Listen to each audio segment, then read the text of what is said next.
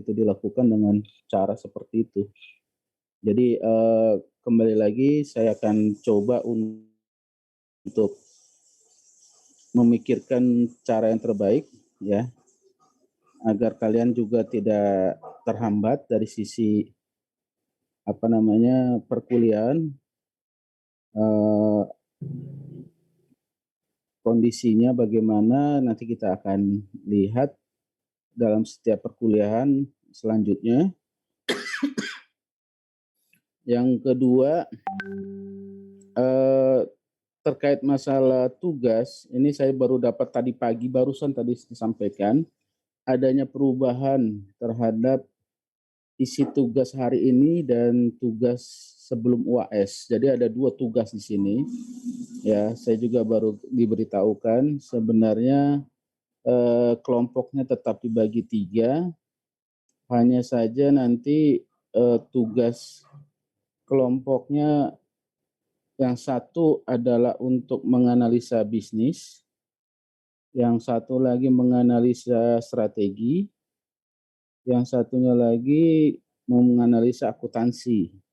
Sedangkan untuk, financial analysis atau tepatnya untuk analisis laporan keuangan, di sini dikatakan di ininya, bentar ya.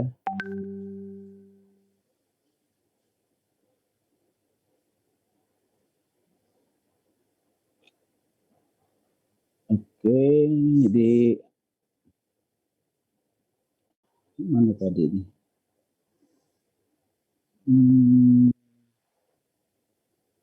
Nah, setelah itu laporan akan dilanjutkan per masing-masing kelompok dengan melengkapinya dengan analisis finansial dan analisis prospektif setelah UTS. Saya juga belum tahu juga ini mekanisme gimana, tetapi kembali lagi, apa yang kalian kerjakan hari ini, itu bukan berarti harus hari ini selesai. Kita akan diskusikan sampai mana kalian mendapatkan data-data yang bisa kalian lakukan. Nanti pun kalau mau diperbaiki bisa dengan nilai di UTS atau di UAS, ya. Nanti saya punya kewenangan di situ.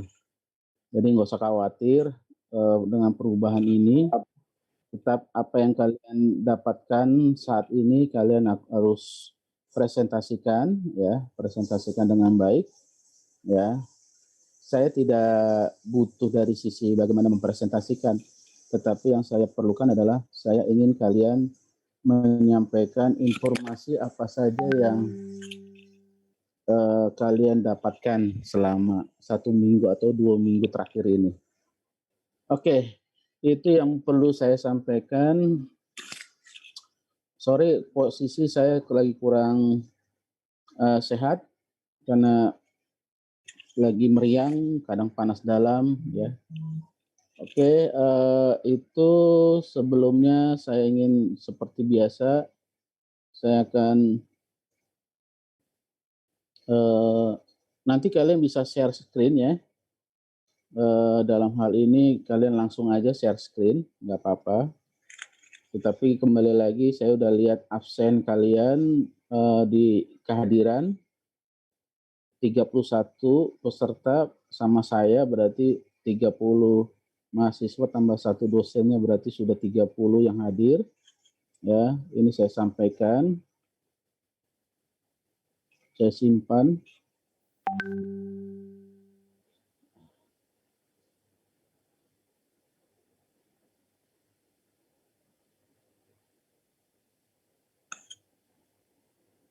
Oke, terus nanti kartu mengajar saya masukkan.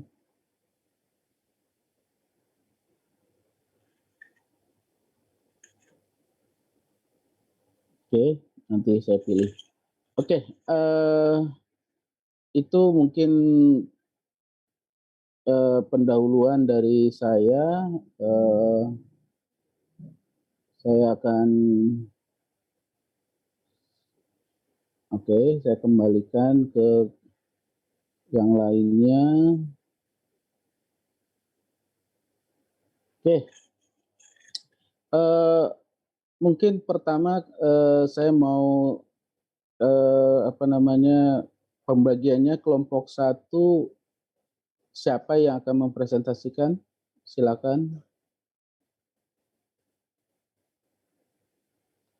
Ketua kelasnya si siapa ya? Marcella bukan? Siapa ketua kelas di sini? Halo? Ya, Pak. Sayid ya? Sayid Ya. ketua kelasnya ya? Ya. Ya, oke, Sayid,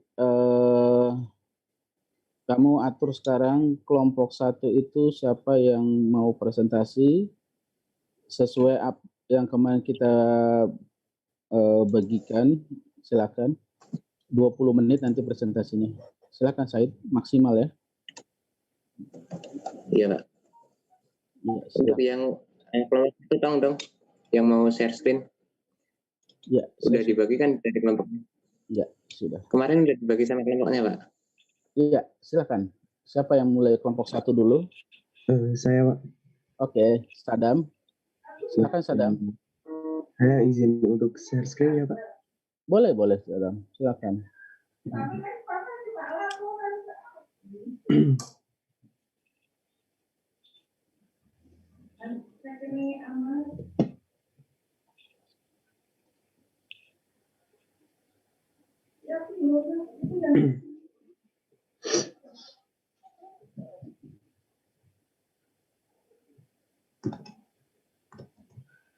Bisa, Sadam, saya udah authorize ke share screen. Oke, Pak, bisa. Ya. Oke.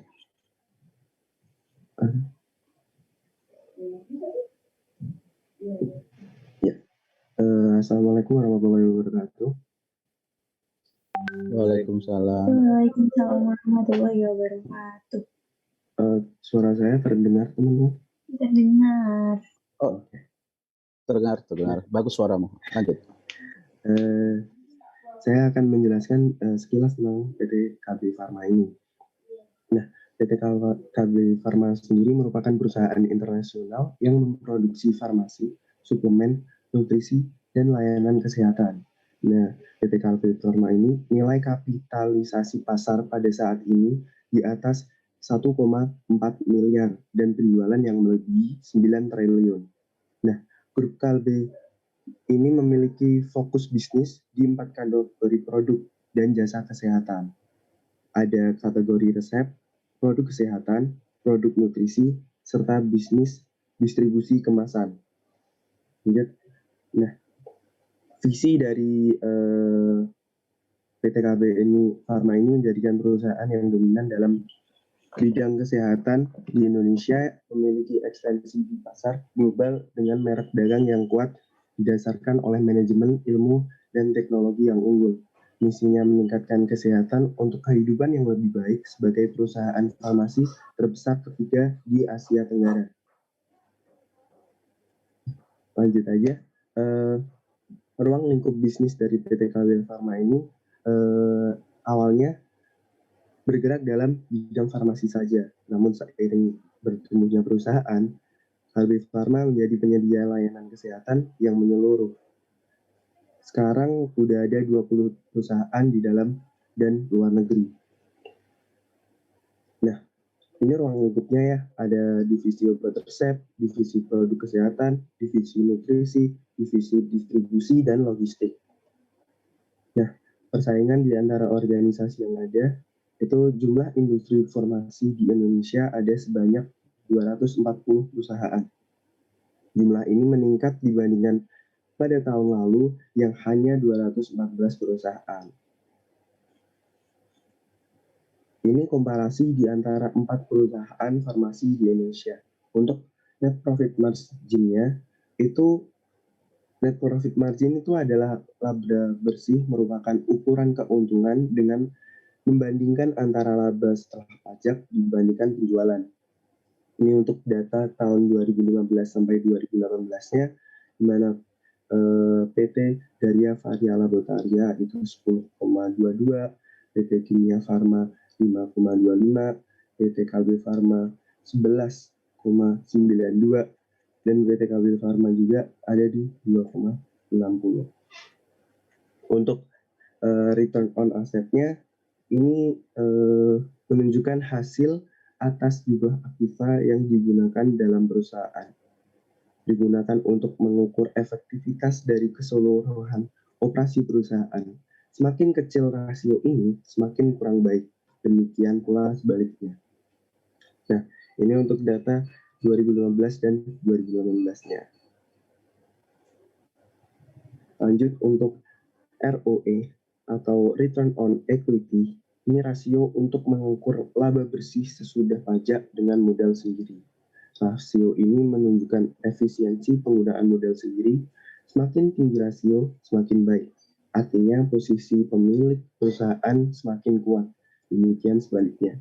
Rumusnya adalah laba bersih setelah pajak dibagi dengan total aset, lalu dikalikan 100%.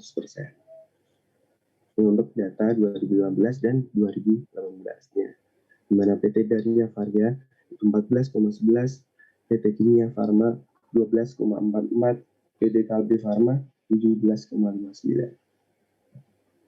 Nah, kesimpulan dari perbandingan kuantitatif ini, dari data yang diperoleh dapat disimpulkan bahwa PT Kalbe Farma unggul dalam semua aspek, yaitu NPM, ROA, dan ROE dibandingkan dengan perusahaan farmasi lainnya. Nah, apa sih resiko yang dihadapi perusahaan ini? Yang pertama ada resiko persaingan usaha. Kita ngomongin usaha, pasti ada persaingan dalam usaha tersebut. Nomor 2 adalah resiko keuangan, timbul sebagai akibat fluktuasi mata uang asing, anggaran pembiayaan, serta likuiditas. 3, resiko hukum dan regulasi. Ini terkait dengan perjanjian-perjanjian yang mengikat dengan pihak ketiga. Keempat, resiko reputasi, di mana reputasi ini sangat berguna sekali bagi perusahaan untuk mencakup konsumennya. Nomor 5 adalah risiko sumber daya manusia. Risiko akan tingkat pergantian karyawan, keluar masuknya karyawan, dan hal-hal yang berkait dengan perekrutan. Yang keenam, risiko interupsi bisnis. Risiko ini bersifat bencana alam yang berdampak pada lumpuhnya fasilitas perusahaan. Yang ketujuh, risiko informasi perusahaan, di mana ini berkaitan dengan masalah teknologi informasi. Namun juga terkait dengan semua data yang dimiliki grup Kalbe. Management and Control. Berdasarkan UU Republik Indonesia Nomor 40 tahun 2007 tentang PT, terdiri dari rapat umum, pemegang saham, dewan komisaris, dan direksi. RUPS melakukan pengambilan keputusan penting yang didasari pada kepentingan perusahaan dengan memperhatikan ketentuan anggaran dasar dan peraturan perundangan yang berlaku. Nah, ini ya bisa dilihat yang pertama itu ada rapat umum pemegang saham. Ini untuk apa? Pengambilan keputusannya terbagi dalam tabel di sini. Lanjut, Code of Conduct. Etika bisnis KB Farma merupakan pedoman perilaku bagi seluruh jajaran Kalbe dalam melakukan interaksi dan hubungan segenap pemangku kepentingan. Nah,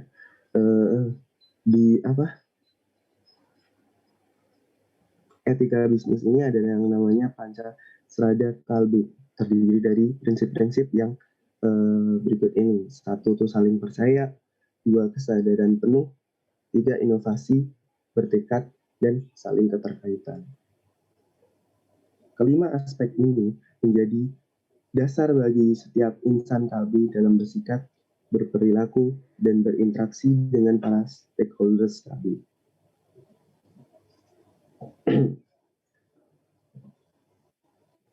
Sistem pelaporan pelanggaran. Sistem pelaporan pelanggaran atau WPS merupakan bagian yang tidak dipisahkan dari pelaksanaan kode etik perseroan.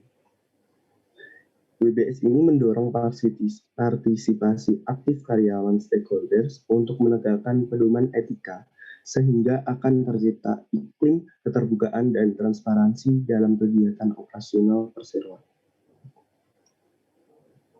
Nah, manfaat dari WBS tersebut adalah yang pertama, mendukung penerapan kode etik, menimbulkan keengganan untuk melakukan pelanggaran, menjadi sistem peringat dini bagi perseroan terkait potensi masalah akibat pelanggaran, mengurangi risiko hukum, keuangan, keselamatan kerja, dan reputasi, serta biaya yang timbul dari penanganan masalah akibat terjadinya pelanggaran.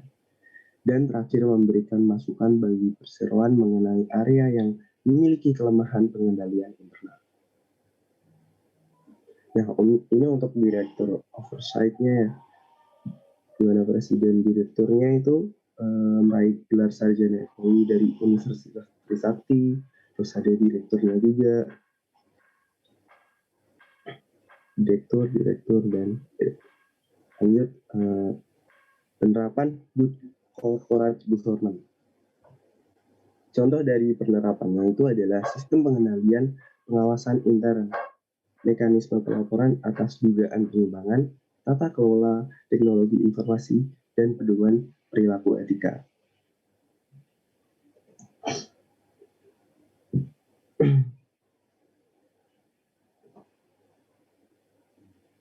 Etika bisnis KLB ini mencegah terjadinya penyimpangan terhadap standar perilaku yang telah ditetapkan dan menjadi pedoman dalam mendeteksi penyimpangan. Selain mematuhi etika bisnis, karyawan juga diwajibkan untuk mematuhi peraturan, kebijakan lainnya, serta tidak cuek atas kejadian-kejadian yang melanggar etika bisnis KLB. Karyawan wajib melaporkan setiap pelanggaran etika bisnis KLB melalui WBS tadi.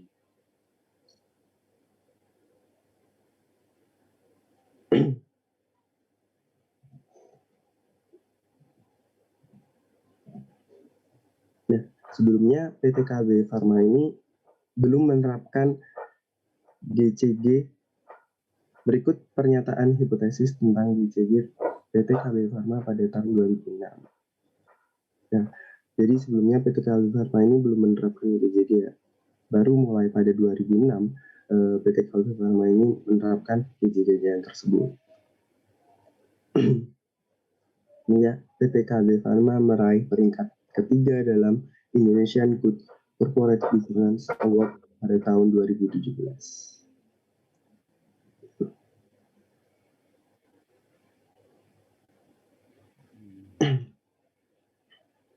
Nah, ini adalah perusahaan-perusahaan farmasi yang dibawahi oleh PT KB Pharma. Ada Bintang 7, Expam Jaya, Suka Pharma, dan lainnya. Oke, lanjut. Makanan dan minuman kesehatan PT KB Pharma itu ada PT KB Mironaga, Hale, Kalbe Milko, Indonesia, dan Global Vita Nutrita. Ini untuk distribusi dan logistiknya ada 18 PT. Saya lanjutkan saja. Nah, berita terbarunya nih, PT KB Pharma merogoh kocek hingga 19 miliar untuk membeli saham PT ISI atau Innolat Science International dari anak perusahaannya PT Kalbio Global Medical.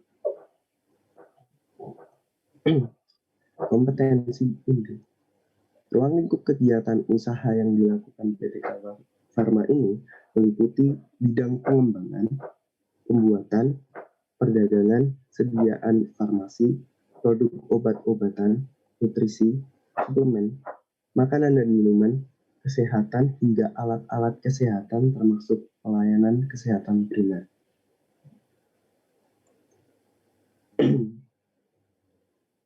Ini adalah kata-kata yang dikutip oleh petinggi KB Pharma. Lanjut aja. Nah, menurut Benny William, analisis video dapat dijadikan acuan dalam mengidentifikasi tahap kompetensi inti perusahaan. Metode ini dimulai dengan identifikasi sumber daya yang dimiliki baik tangible maupun intangible. Kemudian menyeleksi apakah sumber daya dan kapabilitas yang dimiliki memberikan nilai bagi pelanggan, atau malah jarang dimiliki oleh perusahaan lainnya, tidak mudah ditiru, dan perusahaan mengorganisir kompetensi tersebut.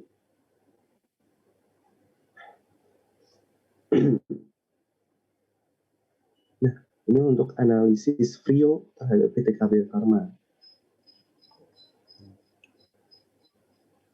Oke.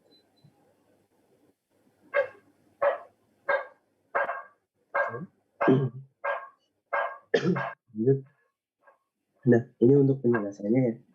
Dari aspek aset tangible yang dimiliki oleh PT KB Pharma memiliki struktur modal yang kuat untuk menjalankan bisnisnya hingga sampai dengan tahun 2018. Belum dapat disaingi oleh perusahaan sejenis yang ada di Indonesia dengan nilai kapitalisasi mencapai 79 triliun, sedangkan di tahun 2019 sebesar 75 triliun. Bisa nah,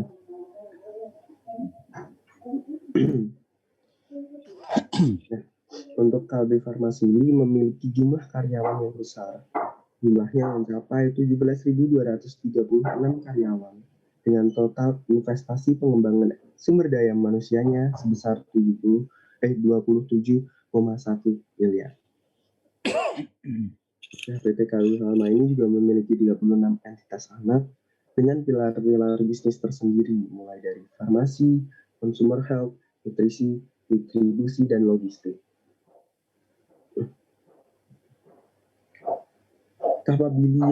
Capability yang lain dari PT KB Pharma tersendiri adalah PT KB Pharma dan anak perusahaannya PT Encephal Putra mengembangkan aplikasi layanan produk farmasi dan kesehatan dengan mendirikan EMOS Global Digital.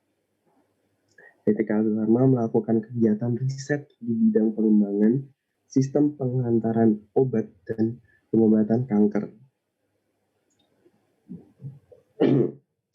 Ini untuk finansialnya dan akuntansinya.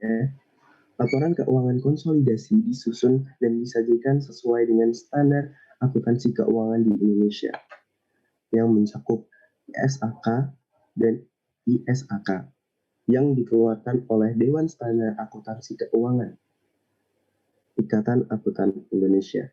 Kebijakan ini telah diterapkan secara konsisten terhadap seluruh tahun yang disajikan kecuali jika dinyatakan lain. Pada tanggal 1 Januari, PT KB Pharma ini menerapkan pernyataan standar akuntansi keuangan dan interpretasi standar akuntansi keuangan baru dan revisi yang berlaku efektif sejak tanggal tersebut. Penerapan ini tidak menghasilkan perubahan yang besar terhadap kebijakan akuntansi dan memiliki dampak material terhadap jumlah yang dilaporkan untuk tahun belajar berjalan dan tahun sebelumnya. Untuk sumber daya manusianya sendiri, Kalbe secara resmi telah menetapkan nilai-nilai Kalbe Pancasandra yang terdiri atas 5 prinsip berikut. Yang tadi ya, saling percaya, kesadaran penuh, inovasi, bertekad untuk menjadi yang terbaik, dan saling keterkaitan. Untuk sistem marketingnya sendiri, pemasaran ini dikelola oleh anak perusahaan Kalbe, yaitu PT Encephal Putra Naga Trading Tbk yang bertanggung jawab atas distribusi produk-produk Kalbe dan produk prinsipal pihak ketiga ke lebih dari 1 juta outlet di pelosok Indonesia.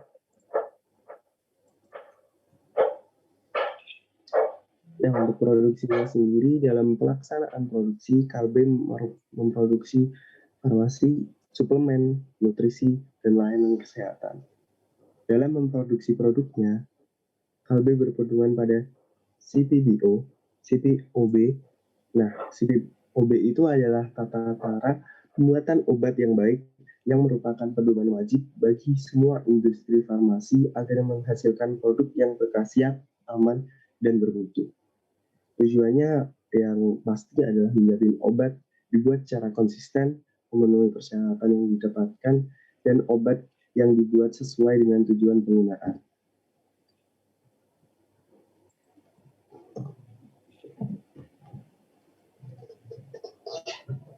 Nah, ini kita masuk ke produk-produk unggulan Kalbe. Yang pertama ada Comix, Woods, Entrostop, dan Extra Jokes. Toko Fatigon, Rumah Fixatif.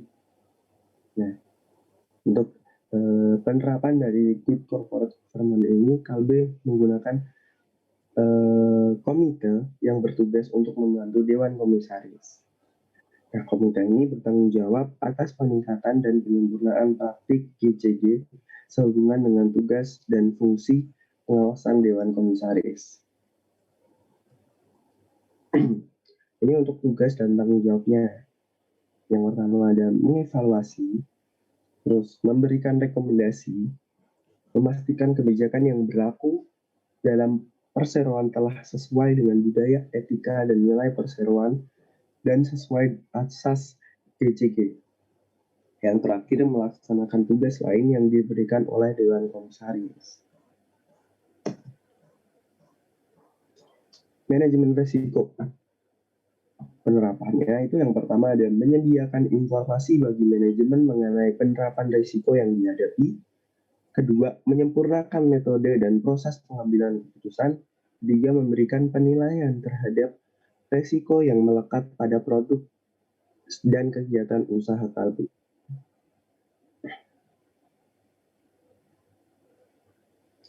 Nah, Kalbe ini telah membentuk unit audit korporat dan penasihat risiko atau disingkat CARA. Unit CARA ini bertanggung jawab untuk memfasilitasi penyempurnaan kemampuan pengungkapan risiko dan mendorong efektivitas pengembangan dan implementasi strategi.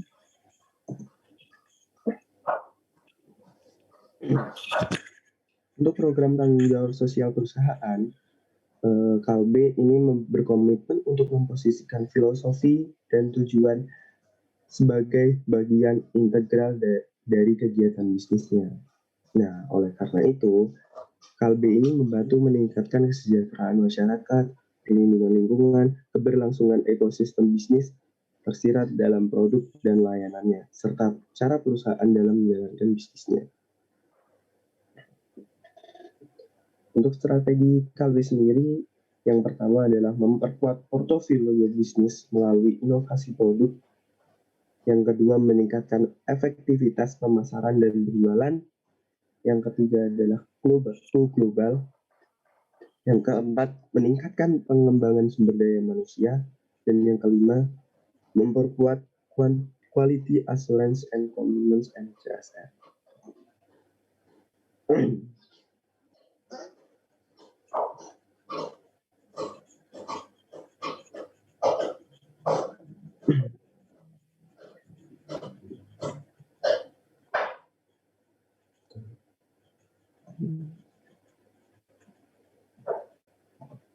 Nah, untuk strategi inisiatifnya, yang pertama itu ada divisi obat resep. Ini dengan strategi penguatan pada produk khusus, partisipasi dalam obat generik dan tidak bermerek. Lalu yang kedua ada divisi produk kesehatan. Ini mengekspansi ke produk-produk preventif dan penguatan pada minuman kesehatan. Untuk divisi nutrisinya, ekspansi ke minuman siap saji dan produk kesehatan fungsional. Divisi distribusi dan logistik memperluas jaringan distribusi, membangun merek alat kesehatan sendiri. Jadi ini jenjang-jenjangnya, yang tadi kan 2018, sekarang 2019. Yang bedanya adalah untuk divisi obat dan resep itu penguatan produk khusus, kolaborasi dengan perusahaan multinasional dalam produk berlisensi, meningkatkan partisipasi dalam obat generik tidak bermerek.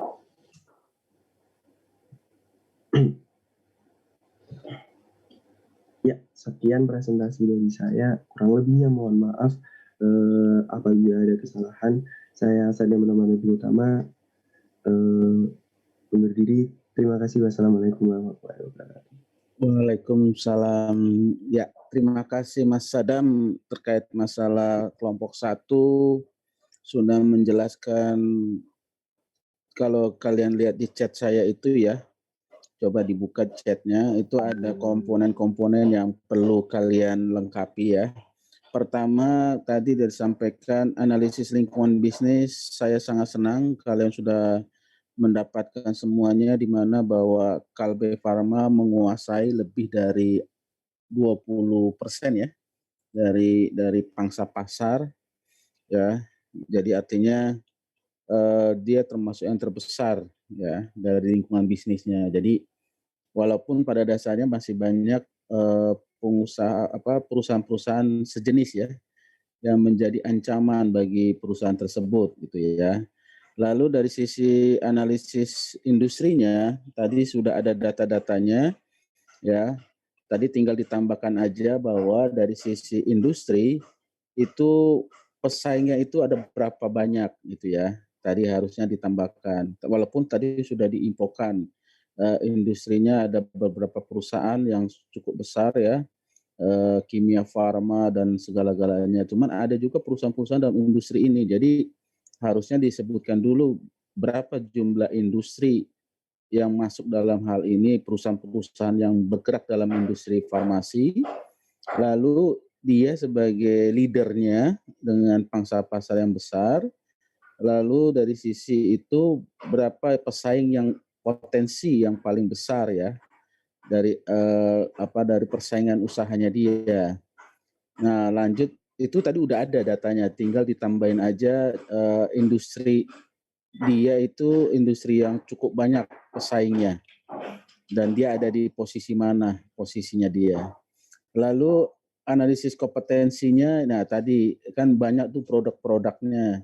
Nah dari produk-produk itu seharusnya coba cari informasi apa saja produk-produk yang terkenal atau yang menjadi benchmark-nya di pasaran gitu ya. Dia apakah produk-produk yang mahal obatnya, apa yang generik ya, itu penting karena dia pangsa pasarnya kan luas tuh. Ya itu pasti ada datanya lah, itu tinggal ditambahkan. Tadi belum tergambarkan di sini. Lalu dari sisi ancaman pesaing barunya, nah kita tahu bahwa industri ini kan memiliki kompetitor yang tidak hanya dari sisi jumlah produknya dan juga dari sisi misalnya dari luar negeri gitu ya. Sebagai contoh saya pernah ke Singapura, di sana dijual Panadol. Ya tahu sendiri ya, obat Panadol juga dibuat di Kalbe Farma. Nah, apa berbedanya? Ternyata setelah ini saya pakai analisis juga ya. Kenapa di Singapura itu berbeda gitu ya. Pertama kandungannya gitu ya. Jadi waktu saya sakit itu di Singapura itu lagi meriang panas itu saya minum 1 Panadol itu eee, cepat sembuhnya gitu loh. Artinya saya merasa lebih sehatnya cepat gitu loh dibandingkan kalau saya minum Panadol yang produksinya Kalbe gitu loh. Ini bukannya sugesti tetapi ini fakta yang saya alami gitu loh. Dan ternyata itu benar setelah saya cek kandungannya, itu memang kandungannya berbeda, sama-sama Panadol, tetapi yang menciptakan di perusahaan Singapura itu adalah perusahaan perusahaan yang ada di Singapura. Jadi bukan perusahaan ya dia adalah perusahaan Cina lah gitu. Nah, ini juga menjadi hal yang harus kita ini kan ya, artinya dari sisi kompetensi juga mungkin kita harusnya tadi kan visi misinya si Kalbe ini apa tadi? Menjadi terbesar di Asia Tenggara kalau nggak salah ya. Tadi saya baca misinya. Itu kan harus harus bisa menguasai nggak hanya menguasai pasar domestik tetapi pasar internasional juga harus kita kuasai. Nah, itu mungkin coba ditambahkan ya, cari informasi untuk itu ya, untuk kompetensinya. Terus ancaman pesaing baru. Nah, ini pesaing baru itu bukan industri yang sama. Kita tahu sekarang kalau Kalbe Farma menciptakan apa? Obat yang kimia ya. Nah, bagaimana yang herbal? Yang sekarang ini di Cina sekarang sudah mulai tumbuh itu ya untuk hal ini. Nah, ini belum terurai ya terhadap hal tersebut ya. Saya mungkin nanti di kelompok 2 atau 3 nanti coba saya dengarkan lagi, tetapi gambaran yang saya lihat tadi yang untuk kelompok 1 itu mungkin perlu ditambahkan yang tadi itu ya, ancaman pesaing baru itu misalnya bukan yang satu sejenis kimia, obat kimia. Kalau obat kimia mungkin sudah hebat nih Kalbe ini kan, ya kan. Apalagi sekarang seingat saya Kalbe ikut nggak ya dalam menciptakan mengetes vaksin COVID-19 ya. Tapi yang saya mau ini sini adalah coba lihat dari sisi herbalnya. Ini kita menganalisa dari sisi eh,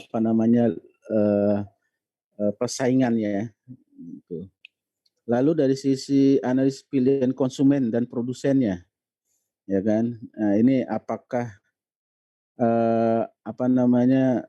ada nggak data tentang konsumen itu lebih banyak menggunakan produknya Kalbe. Itu terlihat dari apa? Pangsa-pangsarnya.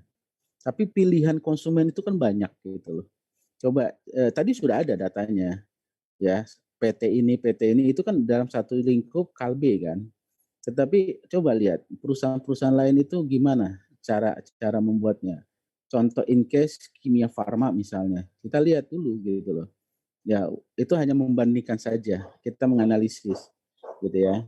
Produsennya gimana kalau kita lihat dengan produsen obat yang lain seperti Kimia Farma gitu ya. Karena tadi Kimia Farma nomor 2 kalau nggak salah pangsa pasarnya. Nah, mungkin itu yang untuk kelompok 1 yang belum tergambarkan yang saya tambahkan tadi. Walaupun hampir 60% sudah tergambarkan tadi, 60-70%. Cuman saya mintakan nanti kelompok 1 menyempurnakan komponen-komponen mana saja yang tadi saya sampaikan. Contohnya tadi industrinya coba lihat berapa berapa perusahaan yang masuk dalam industri farmasi tadi tidak terungkap di situ ya. Hanya yang besar-besar aja tadi saya lihat. Lalu bagaimana kompetensinya dan terutama tadi bagaimana persaingannya terhadap herbal tadi. Ancamannya bagaimana? Ini yang perlu perlu kalian ketahui karena setiap kali ada suatu tantangan itu harusnya bisa menjadi suatu peluang bagi perusahaan atau dalam diri kita sendiri. Jadi saya melihatnya sesuatu tantangan itu bukan negatif, tetapi sesuatu yang harus kita tingkatkan. Nah, bagaimana rencana ke depannya perusahaan Kalbe Farma ini dalam mengantisipasi perusahaan-perusahaan atau pengobatan alternatif ya yang herbal-herbal itu penting kalian tambahkan informasinya. Oke, good luck kelompok 1 kebetulan karena kita nggak perlu tanya jawab dari kelompok 2 dan 3 ya. Mungkin waktu saya sampaikan itu mungkin terpikirkan oleh kelompok 2 dan 3, saya punya datanya. Nah, mungkin kelompok 2 dan 3 bisa menyampaikan kepada kelompok 1 untuk ditambahkan yang tadi. Kalau seandainya yang tadi saya sampaikan itu kalian mendapatkan informasi itu dan bisa ditambahkan. Jadi kita saling mengisi ya untuk penyempurnaan tugas kelas ini. Oke.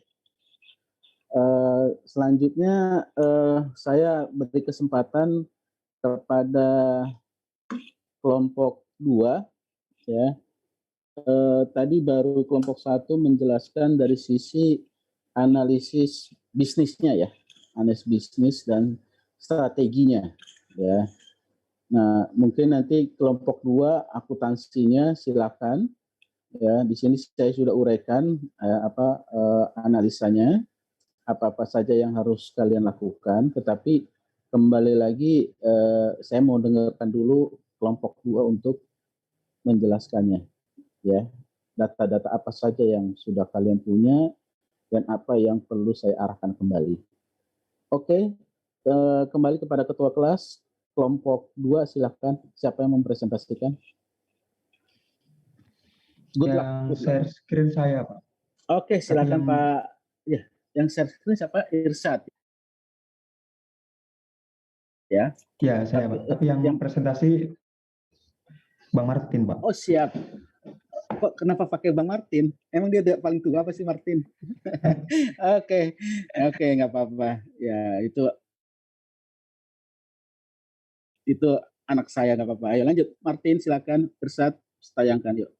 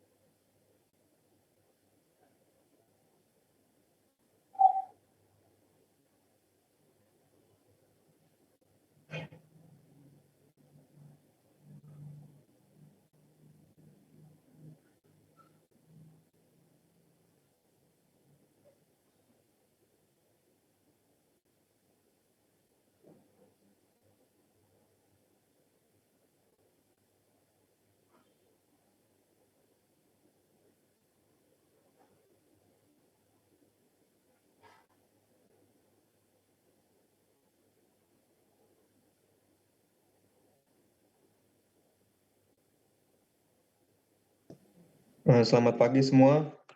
Selamat pagi. Di sini saya dan dari kelompok 2 akan menjelaskan tentang accounting analysis dari PT KB Pharma.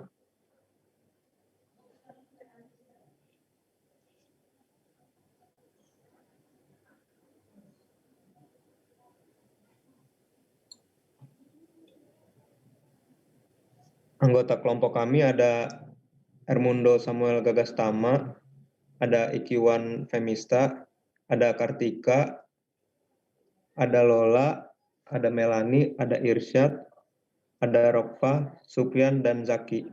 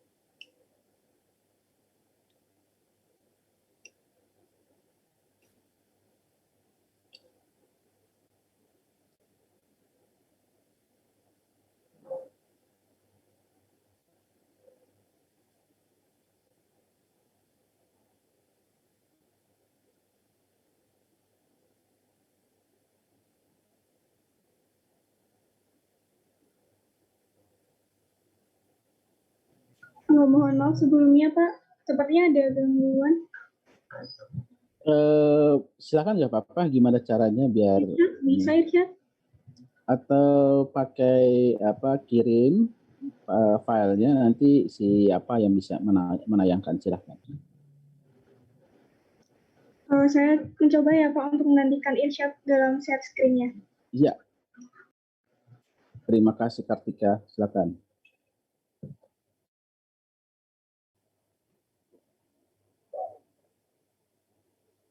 Apakah sudah terlihat teman-teman semua? Sudah. Sudah. Silakan. Sudah.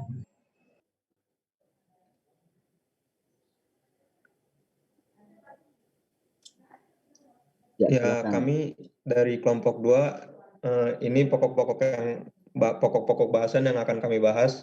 Yang pertama, overview of factor influencing accounting quality. Yang kedua itu steps in accounting analysis. Yang ketiga, vertical analysis. Yang keempat, horizontal analysis. Overview of factor influencing accounting quality. Yang pertama itu kita akan membahas tentang noise from accounting rules.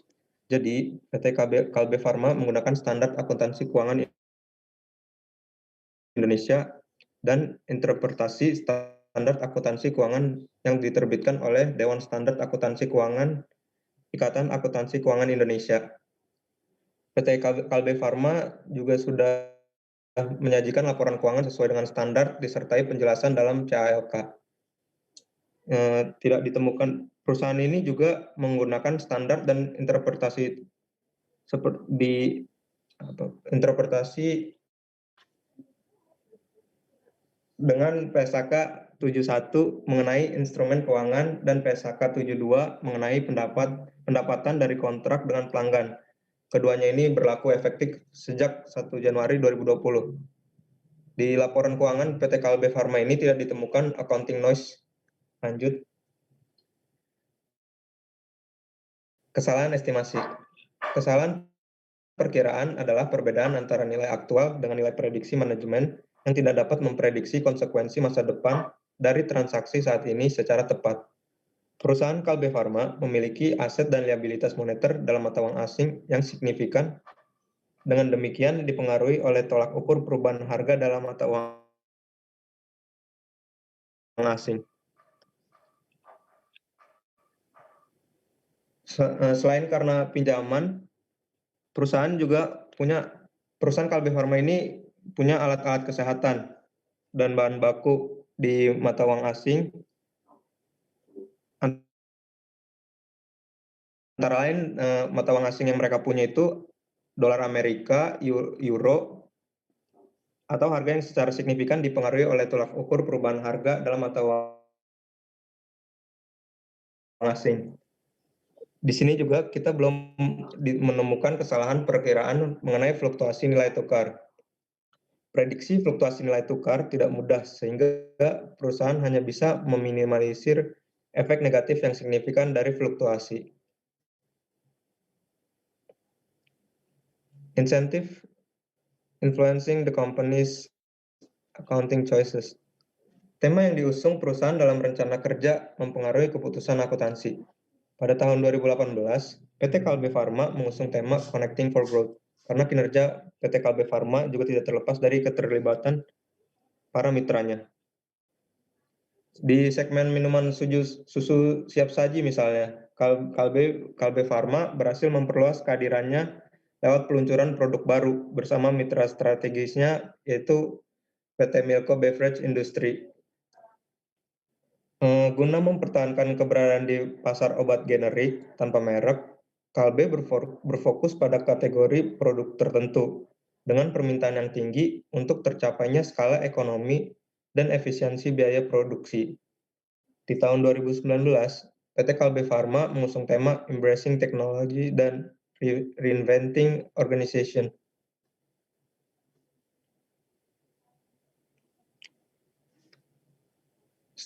Steps in accounting analysis. Yang pertama itu identify principal accounting policies. Fokusnya kepada kebijakan kunci estimasi akuntansi yang menjadi ukuran yang sangat berpengaruh terkait dengan operasional bisnis perusahaan.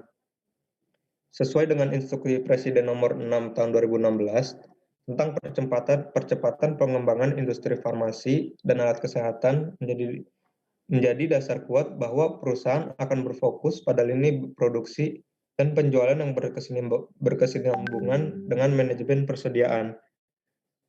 Pharma faktor kritikal PT Kalbe Pharma yang paling menggambarkan risiko perusahaan adalah terkait dengan kebijakan manajemen persediaan dan juga pengakuan pendapatan yang berkorelasi dengan akun piutang perusahaan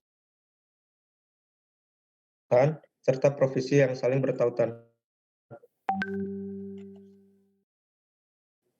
laporan keuangan konsolidasi telah disusun dan disajikan sesuai dengan standar akuntansi keuangan.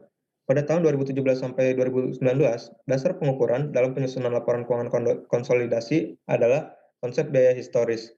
Namun di tahun 2018 sampai 2019, terdapat perubahan dan revisi standar. Perusahaan telah menyesuaikan dan menerapkannya. Tidak ada perubahan signifikan atau material terhadap laporan keuangan. Tahun 2018, persediaan perusahaan dinyatakan sebesar nilai yang lebih rendah antara biaya perolehan atau nilai realisasi neto. Biaya perolehan ditentukan dengan metode rata-rata tertimbang dan beberapa diantaranya menerapkan FIFO.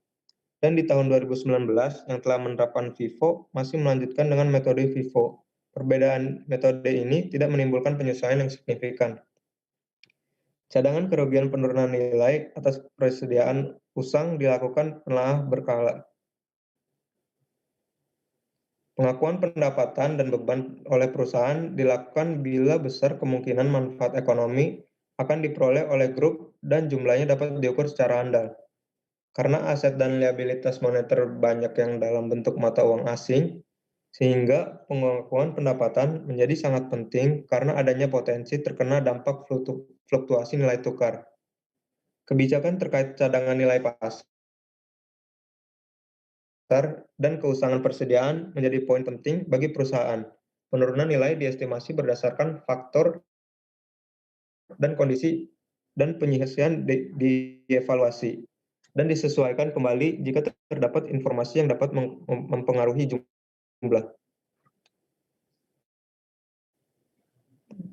Selanjutnya ada assesses accounting flexibility. Menilai fleksibilitas dari suatu standar bagi perusahaan yang membuat adanya kemungkinan terjadi suatu bias dan distorsi pada laporan keuangan. Dapat dilihat dari kebijakan penggunaan metode untuk persediaan, adanya perbedaan antara penggunaan metode rata-rata tertimbang dan metode FIFO tidak menimbulkan penyesuaian yang berdampak signifikan pada laporan keuangan. Pada estimasi penurunan nilai persediaan, di mana keusangan diestimasi berdasarkan fakta dan kondisi fisik, sehingga hal ini membuat adanya risiko sulitnya memprediksi hal ini di masa depan. Namun perusahaan sudah melakukan tindakan preventif. Evaluate accounting strategi.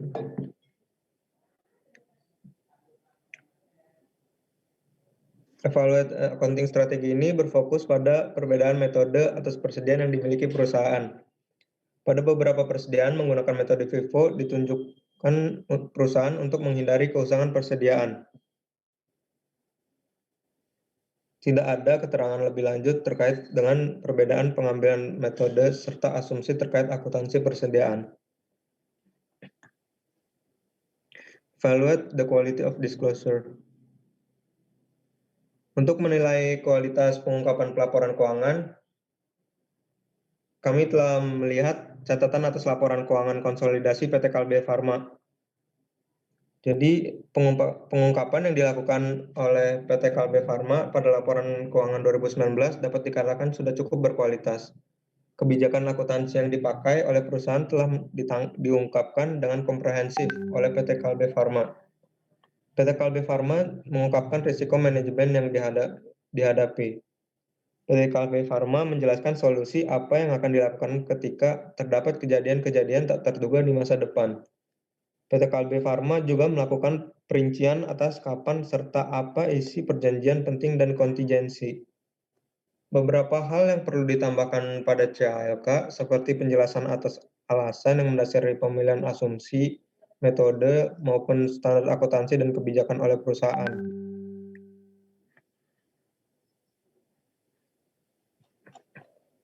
Identify potential red flag. Total laba komprehensif PT Kalbe Farma mengalami penurunan sebesar 2 miliar 301 juta 2 triliun 301 miliar 382 juta 270. Hal tersebut dikarenakan pos aktuarial atas liabilitas imbalan kerja jangka panjang dan pos lisik kurs atas penjabaran laporan keuangan memiliki nilai negatif, sehingga dilakukan analisis lebih lanjut pada pos tersebut. Undue accounting distortion. Seluruh aktivitas yang terjadi pada perusahaan perlu dilaporkan serta diungkapkan untuk mencegah adanya informasi asimetris antara pengguna dengan manajemen selaku penyusun laporan keuangan. Untuk setiap transaksi dengan pihak berelasi sendiri, perusahaan perlu menjaga prinsip arm's length transaction dalam rangka mencegah adanya indikasi praktik mempercantik laporan keuangan secara ilegal. Perusahaan perlu memperhatikan aktivitas transaksi di dalam perusahaan dengan melakukan pencatatan berdasarkan standar akuntansi yang berlaku.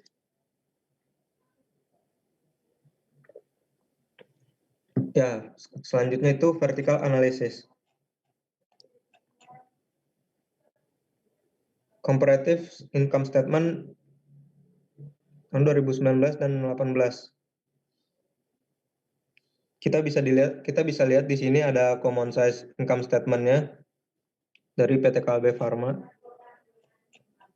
Jadi di laporan laba rugi tahun 2019, penjualan neto dan laba bruto naik secara nominal, namun untuk laba bruto persentasenya turun sekitar 2%. Adanya peningkatan beban pokok penjualan, yang mana hal ini berbanding lurus dengan penjualan yang mengalami peningkatan. Beban operasi mengalami penurunan, yang menandakan perusahaan berupaya mengelola kegiatan pemasaran, penelitian, dan pengembangan secara efektif, dan juga memonitor untuk menjaga laba operasinya.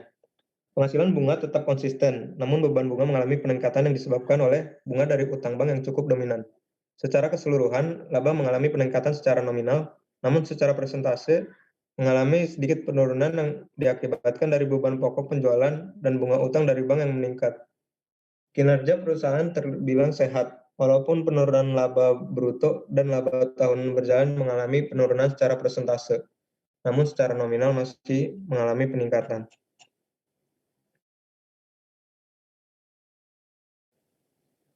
Nah, di sini kita bisa lihat analisis common size SOFP di tahun 2018 sampai tahun 2019.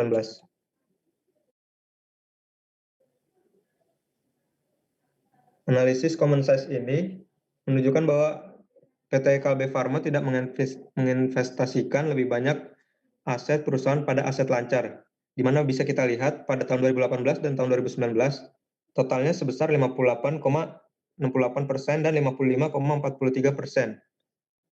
Meskipun persentase aset lancar dan total aset lancar lebih besar tahun 2018 itu lebih besar dari tahun 2019, namun nominal tahun 2019 lebih besar. Hal ini menandakan bahwa terjadi kenaikan untuk total aset dari tahun 2018 dan ke tahun 2019.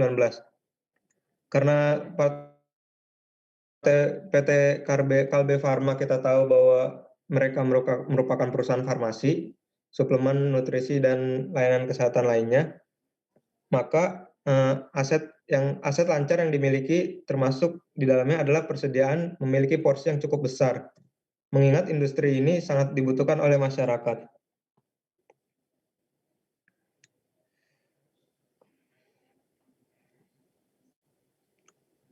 Selanjutnya kita bisa lihat di sini ada liabilitas jangka pendek, liabilitas jangka panjang, dan ekuitas dari PT Kalbe Farma.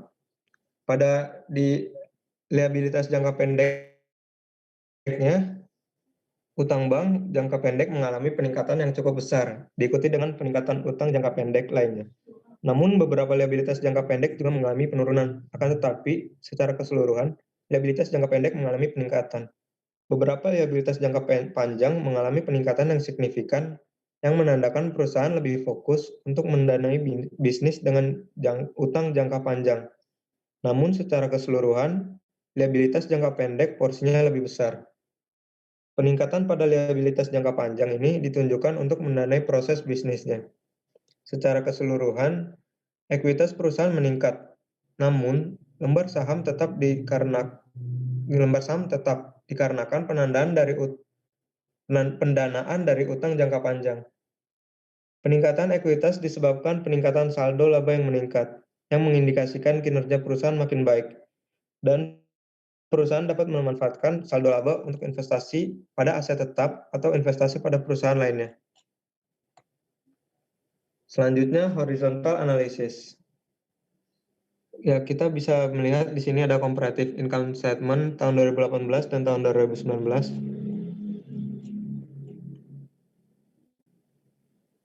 Peningkatan penjualan neto disebabkan oleh penjualan obat, resep, nutrisi, dan distribusi logistik di sektor domestik dan sektor ekspor. Peningkatan penjualan neto linear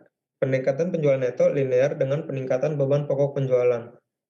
Peningkatan penjualan neto yang tidak sebesar peningkatan beban pokok penjualan menyebabkan peningkatan laba kotor tidak sebanding dengan peningkatan penjualan neto.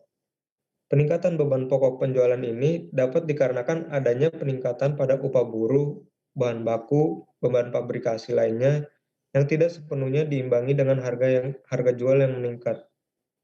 Peningkatan pada kebanyakan beban atas penjualan neto tidak mengindikasi anomali tertentu dan dapat disimpulkan meningkat seiring peningkatan penjualan neto. Pendapatan di luar penjualan ada yang meningkat dan ada yang menurun. Yang meningkat yaitu pendapatan bunga yang disebabkan peningkatan call deposit, dan yang mengalami penurunan yaitu pendapatan operasi lainnya disebabkan tidak adanya laba selisih kurs dan tidak adanya penjualan aset tetap.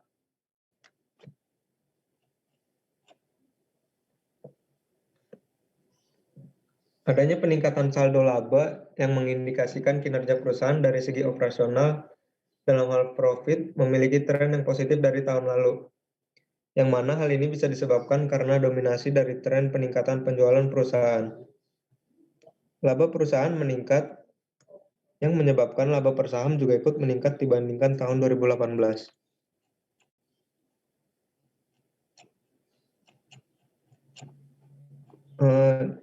Sekarang kita bisa melihat comparative statement of financial position tahun 2018 dan tahun 2019. Aset lancar perusahaan mengalami peningkatan, namun tidak dengan kas serta rakas yang mengalami penurunan. Namun tidak membuat aset lancar turun karena aset lancar lainnya mengalami peningkatan.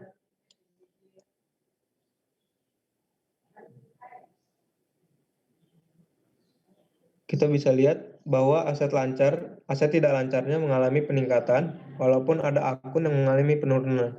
Tetapi ada beberapa akun yang mengalami peningkatan secara signifikan seperti aset tetap dan investasi pada entitas asosiasi, sehingga dapat mengofset penurunan tersebut. Liabilitas jangka pendek mengalami peningkatan, namun beberapa akun seperti utang usaha pada pihak ketiga, bagian jangka pendek dari utang bank, dan sewa pembiayaan mengalami penurunan.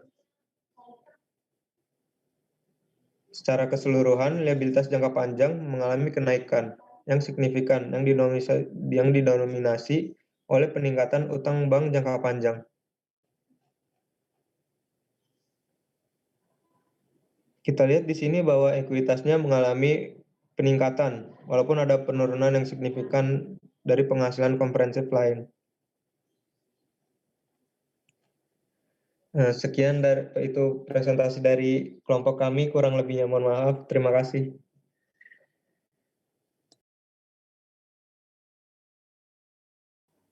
Oke, terima kasih kelompok 2 Martin, Irsyad, dan Kartika yang sudah menyampaikan data-data yang telah diperoleh.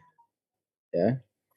Pertama yang ingin saya tambahkan tadi waktu presentasi ternyata di situ ada informasi terkait tentang obat generik ya.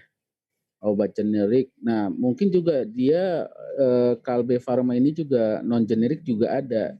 Jadi ada product differentiation-nya. Nah, itu mungkin dari kelompok 1 nanti sebagai informasi tambahan ya, bahwa coba dicarikan berapa produk generik yang dia dia produksi, berapa persen, dan berapa persen yang sifatnya non generik, karena kan dia juga harus mendukung pengobatan secara masyarakatnya ya. Itu tambahan informasi ya.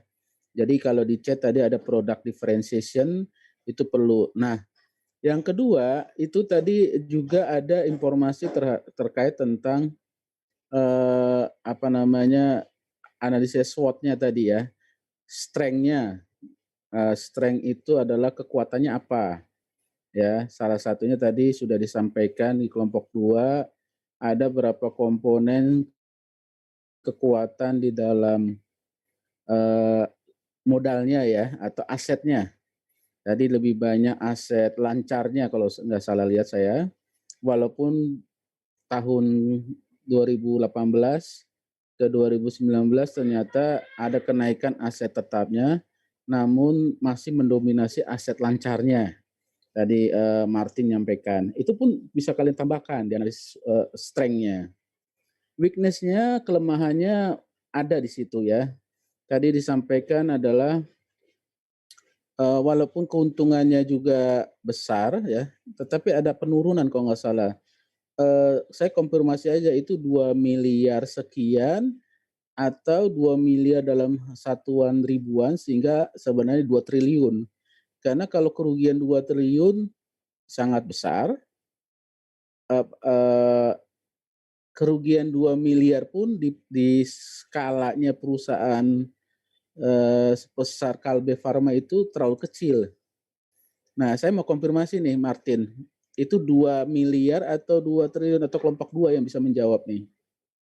Nah, ini penting ini karena itu menjadi informasi tambahan yang bisa dilakukan di analisis SWOT-nya ini. Yang benar yang mana? Ada yang bisa 2 jawab? miliar, Pak. Tadi.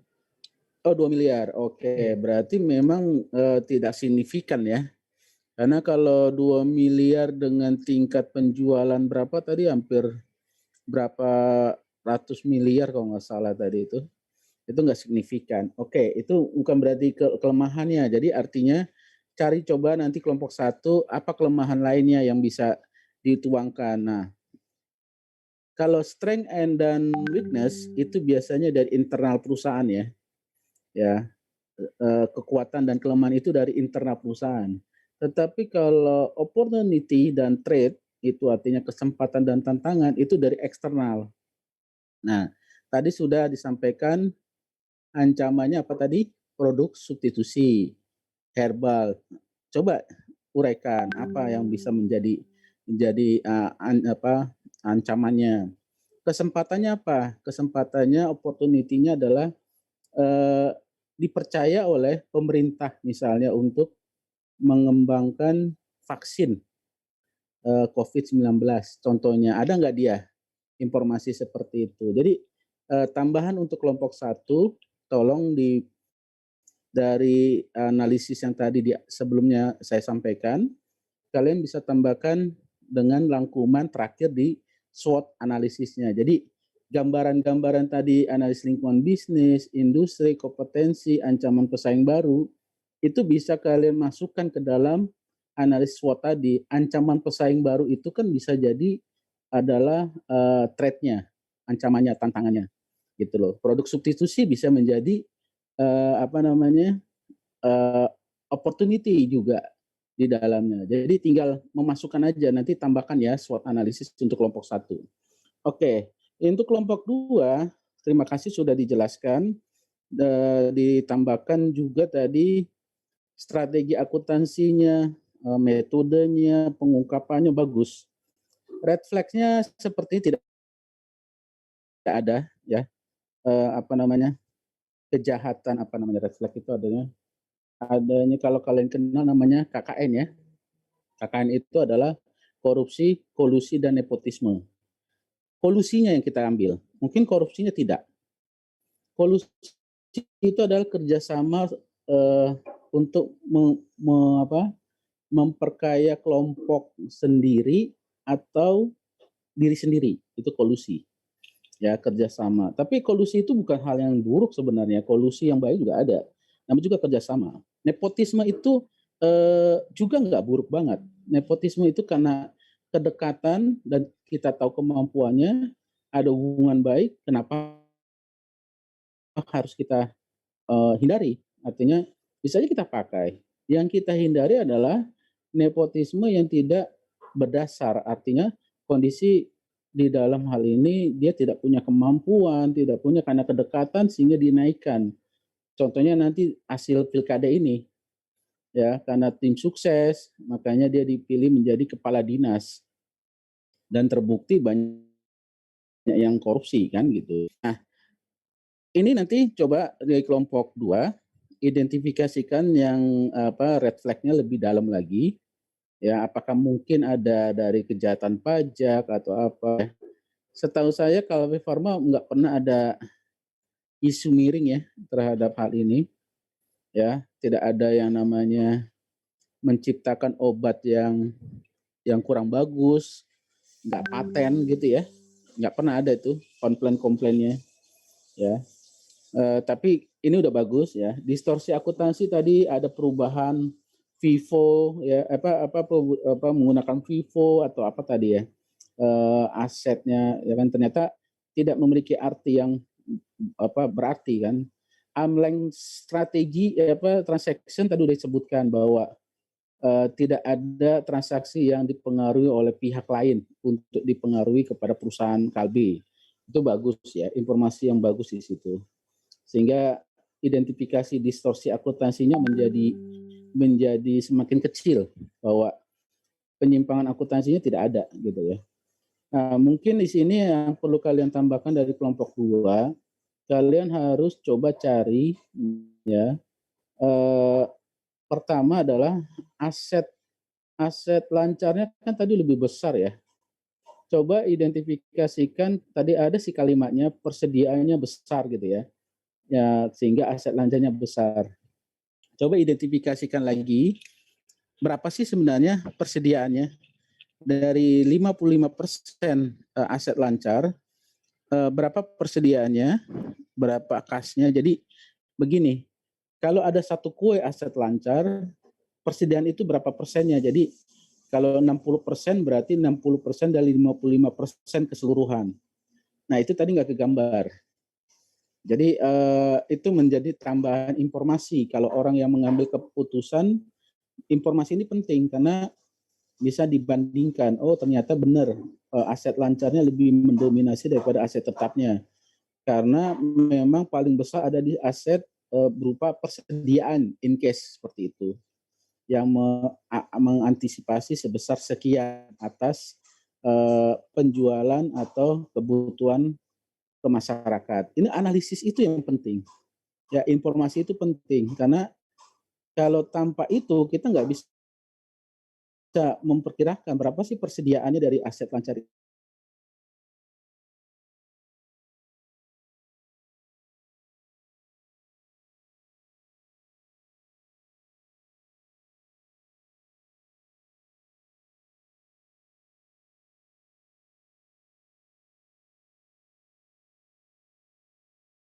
Beban dari pemerintah misalnya, ya. Kalau boleh saya ini kan coba kalian baca atau kalian cari undang-undang Cipta Kerja, ya. Di sini kan penting ya fleksibilitasnya, bagaimana perusahaan itu sudah memenuhi nggak apa yang diinginkan oleh undang-undang Cipta Kerja itu. Salah satunya kan di situ ada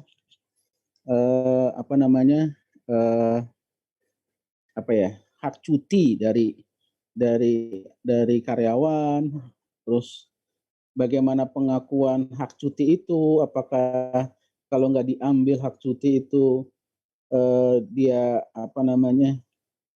diganti dengan uang. Kan ada tuh perusahaan seperti itu, Anda nggak perlu cuti, tetapi pada saat Anda tidak ambil cuti itu, Anda diganti dengan sejumlah uang gitu loh. Dan itu di perusahaan ada seperti itu kebijakan. Ini untuk memotivasi karyawannya. Nah, coba carikan informasi itu. Jika nggak ada masalah gitu ya. Artinya itu coba cari aja di Google gimana sih kebijakan perusahaan kabel farma ini di dalam menghadapi undang-undang Cipta Kerja ini. Ini kan existing ya, dan ini banyak sekali ya perusahaan-perusahaan yang sekarang kenapa demo-demo itu muncul ya kan? Apakah memang ini berpengaruh pada Kalbe Farma. Ya, itu tambahannya ya. Untuk secara garis besar sudah sama seperti kelompok 1, 70 sampai 80% sudah tergambarkan dan data yang ada sudah diolah dengan baik. Oke. Jadi ini saya sampaikan terima kasih untuk kelompok 1 dan 2 sudah bekerja dengan baik. Sekarang kita masuk ke kelompok 3. Ya, yang tadi saya sampaikan arahan saya tolong dicatat ya. Ya, nanti kalian semampu mungkin mencari informasi yang tadi saya sampaikan. Ini hanya sifatnya menyempurnakan saja. Ya.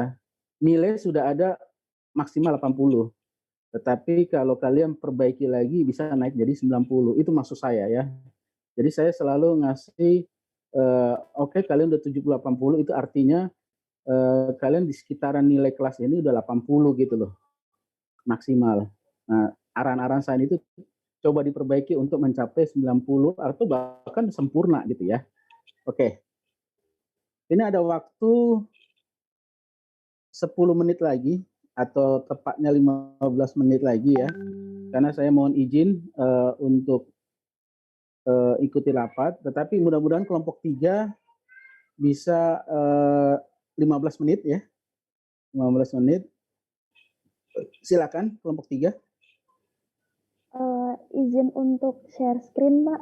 Oh iya, silakan. Dengan siapa ini? Coba. Devita. Devita. Ini kenapa saya tanya begini? Ya, siapa yang men-share, siapa yang ini? Bukan berarti itu nilainya berbeda, tidak ya. Ini saya untuk nilai keaktifan. Nanti yang lainnya juga akan bisa aktif lebih banyak lagi. Oke. Silakan Devita. Ya, apa sudah terlihat, Pak? Oh, silakan. Sudah sangat bagus kelihatan. Oke. Langsung saja ya, Pak. Sepertinya waktunya sudah mepet. Ya, silakan. Kita langsung ke financial analysis. Nah, financial analysis ini nantinya intinya itu tentang rasio dari laporan keuangan tiap tahunnya dan dengan pasar lainnya. Nah, rasio-rasio ini nanti diantaranya ada tentang likuiditas, capital structure atau struktur modal, asset management efficiency, market value, dan profitabilitas. Nah, langsung saja ke liquidity analysis. Yang pertama itu ada current ratio. Ini menggambarkan tentang kemampuan membayar kewajiban lancarnya perusahaan dengan menggunakan aset lancarnya. Seperti terlihat di slide, rumusnya yaitu current asset dibagi dengan current liabilities. Kemudian perhitungannya seperti ini, seperti pada tabel. Nah, bisa dilihat kalau di 2018 itu rasionya 4,66. Untuk 2019 rasionya turun 4,35. Nah, sebenarnya penurunan ini tuh tidak terlalu signifikan karena kurang dari 1 atau bahkan kurang dari setengah. Karena pada dasarnya untuk current ratio yang sudah melebihi dari 1, angka 1, itu artinya perusahaan mampu untuk membayar kewajiban. Apalagi ini yang 4 dan turunnya tidak terlalu signifikan. Jadi bisa dibilang perusahaan masih mampulah untuk membayar kewajiban lancarnya. Lalu rasio selanjutnya yaitu quick ratio. Ini mirip seperti current ratio sebelumnya, hanya meniadakan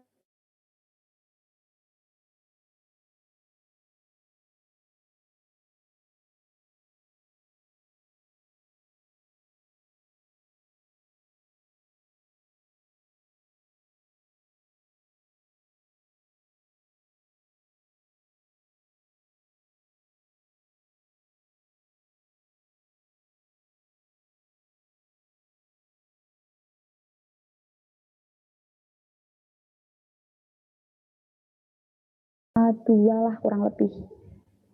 Lalu lanjut ke average collection period, yaitu adalah butuh berapa hari sih perusahaan untuk mengumpulkan piutangnya. Nah, rumusnya account receivable dibagi dengan daily credit sales.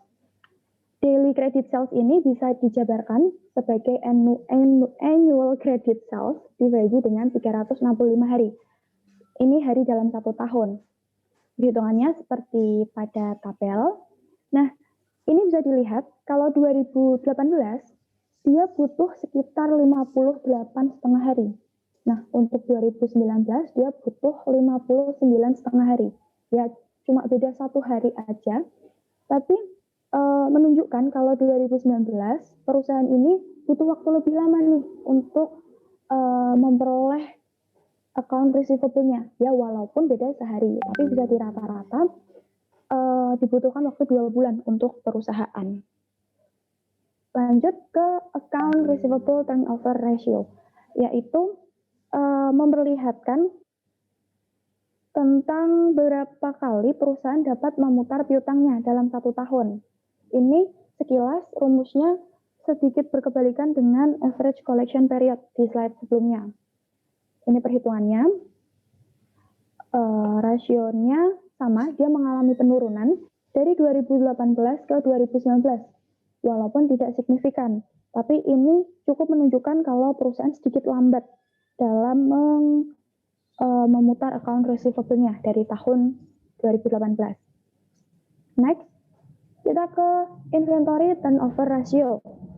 Nah, ini itu sama seperti namanya. Ini menunjukkan berapa kali perputaran persediaan dalam 1 tahun.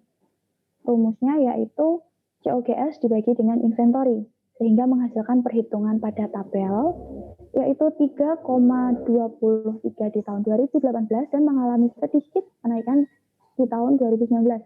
Ini pertanda baik karena artinya perusahaan lebih cepat dalam menjual inventorinya.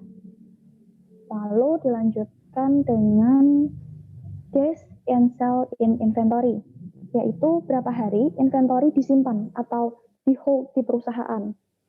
Nah, perhitungannya seperti ini. Di 2018, perusahaan membutuhkan waktu 113 hari lah. Kemudian di 2019, perusahaan membutuhkan waktu 110 hari. Jadi, ini penurunan hari ini merupakan pertanda baik buat perusahaan. Walaupun tidak signifikan juga, lagi-lagi tidak signifikan karena beda 2-3 hari. Jadi, inventory yang ada di perusahaan lebih cepat keluar atau lebih cepat terjualnya ke tempat pembeli.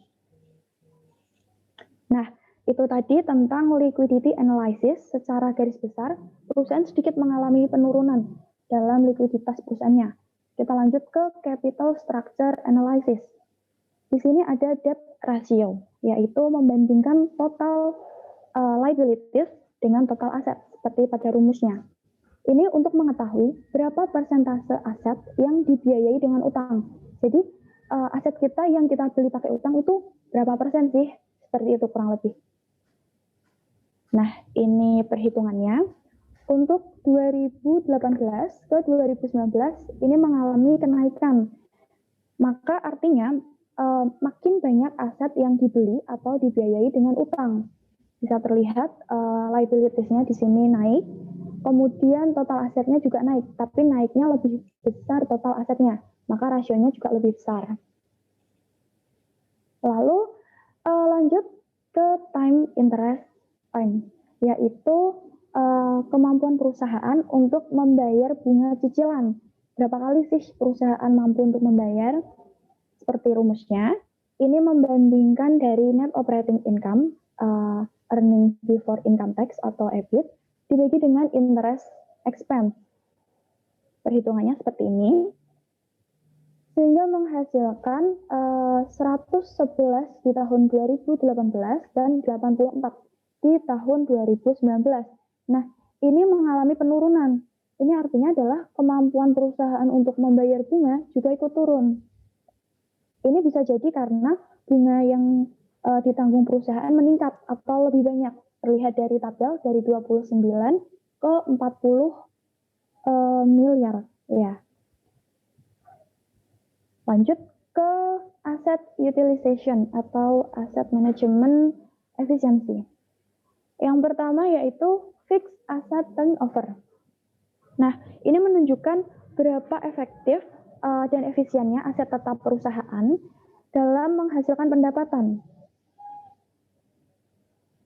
Nah, rumusnya seperti ini, sales dibagi dengan fixed asset. Nah, karena fixed asset ini menjadi komponen terbesar dari aset perusahaan ini, maka fixed asset turnover ini juga hal yang penting untuk dihitung. Sehingga perhitungannya seperti di tabel, yaitu menghasilkan 3,37 di tahun 2018 dan 2,95 di tahun 2019. Nah, ini mengalami penurunan dari tahun 2018. Artinya, perusahaan terlalu banyak menggunakan mesinnya untuk memperoleh produk atau untuk memproduksi barang. Atau bisa jadi karena perusahaan kelebihan produksi daripada penjualannya. Gitu. Kemudian, rasio selanjutnya yaitu total asset turnover ratio. Ini mirip seperti fixed asset turnover tadi, tapi ini menggunakan keseluruhan aset dibandingkan dengan sales-nya. Nah, keseluruhan aset yang dipakai ini menggunakan rata-rata, yaitu aset yang awal tahun ditambah dengan aset akhir tahun, kemudian dibagi dua, ketemulah rata-rata total asetnya, dibandingkan dengan penjualan bersihnya, sehingga menghasilkan 1,21 di 2018 dan 1,18 di 2019. Ini mengalami penurunan juga, jadi menunjukkan kalau perusahaan ini mengalami penurunan kinerja juga dalam mengelola asetnya. Kemudian masuk ke working capital turnover. Nah, working capital turnover ini tentang kemampuan perusahaan dalam memanfaatkan modal kerja untuk menghasilkan penjualannya. Modal kerja yang dimaksud ini adalah aset lancar dikurangi dengan utang lancar, seperti pada slide rumusnya. Lalu perhitungannya seperti ini tentang penjualannya, kemudian tabel kedua tentang perhitungan modal kerja, dan yang terakhir tentang hasil working capital turnover-nya. Bisa dilihat, di 2018 dan 2019 lagi-lagi perusahaan mengalami, yang ini kenaikan working capital-nya. Nah, kenaikan ini menunjukkan kalau perusahaan mampu memanfaatkan modal kerjanya untuk menghasilkan penjualan. Jadi, 2019 ini dia sedikit lebih efektif dari tahun 2018. Ini penjelasan dari tabelnya. Kemudian, ini tingkat pengembalian investasi. Ini rasio yang paling ditunggu-tunggu sama investor nih, yaitu return on equity atau disingkat dengan ROE. ROE ini apa? ROE ini adalah kemampuan perusahaan untuk menghasilkan laba dari modal yang diinvestasikan oleh pemegang saham. Jadi, modal ini nanti akan sebanding dengan ukuran perusahaannya. Untuk perusahaan yang besar, modalnya akan besar, dan sebaliknya perusahaan yang kecil, dia juga akan memiliki modal yang lebih kecil juga. Nah, ROE ini, rumusnya seperti pada slide, ini akan menunjukkan semakin tinggi ROE-nya, maka akan semakin tinggi pula nilai perusahaan. Nah, nilai perusahaan ini akan dilihat oleh investor nantinya untuk menginvestasikan dananya ke perusahaan. Perhitungannya seperti ini. Dari 2017, 18, 19, untuk slide ini kita menggunakan 3 tahun, mereka mengalami penurunan dari 18% ke 17% ke 15%. Artinya bahwa perusahaan semakin kurang efisien untuk menghasilkan laba karena kenaikan labanya itu lebih kecil daripada kenaikan ekuitasnya atau kenaikan sahamnya. Kemudian lanjut, ini penjelasan dari tabel di slide sebelumnya. Kemudian return on asset. Ini menunjukkan persentase laba bersih yang diperoleh sehubungan dengan rata-rata jumlah aset. Rata-rata jumlah aset ini dicari dengan aset awal ditambah aset akhir dibagi 2, sama seperti rata-rata yang lainnya. Nah, dari perhitungan, kita bisa lihat dari tabelnya, dari 3 tahun berturut-turut, mereka mengalami penurunan, walaupun hanya 1% saja. Ini cukup menunjukkan kalau kinerja perusahaan juga turun dalam mengefisiensi asetnya untuk menjadi laba. Walaupun lagi-lagi memang tidak terlalu signifikan karena 1%. Ini perhitungan dari tabelnya. Nah, kemudian kita langsung ganti ke kinerja perusahaan. Kinerja perusahaan ini atau kinerja operasi sering disangkut pautkan dengan laba atau profitnya. Yang pertama yaitu margin laba bruto atau gross profit margin, yaitu kemampuan menjual barang produksi dibandingkan dengan biaya produksinya. Rumusnya seperti pada tabel. Kemudian ini datanya. Seperti dilihat 2017 sampai 2019 perusahaan Kalbe ini dia mengalami penurunan walaupun hanya cuma sekitar 2%. Ini sama menunjukkan kalau laba dia naik tapi tidak sebanding dengan penjualannya yang naik. Begitu. Jadi penjualannya naik tapi labanya nggak terlalu naik, itu intinya. Terus lanjut ke operation profit margin. Ini sama, bedanya mereka menggunakan laba operasi, bukan laba brutonya dibandingkan dengan penjualannya. Ini menunjukkan seberapa banyak profit yang dihasilkan dari tiap rupiah penjualannya. Nah, dari data yang ada di tabel, laba perusahaan cukup stabil, itu di kisaran 3 triliun. Kemudian penjualannya ini cukup naik karena mereka masih naiknya lebih dari 1 triliun, ya kurang lebih 1 triliun, tapi laba operasinya naik kurang dari 1 triliun. Nah, ini juga yang menyebabkan persentase operation profit margin-nya menurun. Ya, walaupun lagi-lagi tidak signifikan. Tapi cukup menunjukkan kalau kinerja perusahaan ini turun nih, kayak gitu. Nah, lanjut ke net profit margin atau margin laba bersih. Ini menggunakan rumusnya mirip seperti sebelumnya, bedanya hanya menggunakan laba bersih perusahaan dibandingkan dengan penjualan. Ini menunjukkan berapa banyak income dari tiap rupiah penjualan setelah disesuaikan dengan seluruh biaya. Namanya aja laba bersih, berarti udah diperhitungkan dengan biaya-biaya lainnya, termasuk income tax-nya. Dari datanya, perusahaan mengalami penurunan 12, 11, ke 11,2, sedikit-sedikit mengalami penurunan. Ini sebenarnya sebanding dengan operation margin dan gross profit margin tadi. Kalau mereka mengalami penurunan, kurang lebih ini juga akan mengalami penurunan. Nah, itu untuk kinerjanya. Kemudian dilanjutkan dengan ukuran pasar. Untuk ukuran pasar, ada price to earning ratio. Ini penjelasan lengkapnya, tapi singkatnya adalah ini perbandingan antara harga saham dibandingkan dengan laba bersih perusahaan dalam 1 tahun. Atau gampangnya untuk kita memahami yaitu berapa tahun lagi sih investasi kita akan balik modal, atau hasil investasi perusahaan ini akan sebesar nilai investasi yang kita tanamkan butuh berapa lama, seperti itu. Nah, rumusnya seperti ini, yaitu harga pasar per lembar saham dibagi dengan EPS atau laba per lembar saham, earning per share. Perhitungannya, seperti pada tabel, untuk yang ini kita menggunakan 4 tahun, yaitu 2016 sampai 2018. Nah, dari 2016 ke 2019, beda dari rasio-rasio yang lain, karena untuk rasio yang ini cukup mengalami fluktuatif atau naik turun, karena bisa dilihat juga harga sahamnya pun naik turun dari 1.500 ke 1.600 ke 500 lagi ke 600 lagi, karena ya normal harga saham itu pasti naik turun, sehingga price to earning ratio-nya juga naik turun. Mohon maaf Pak, sebelumnya ada gangguan suara di luar. Ya, tidak apa-apa. Lanjut, nggak apa-apa.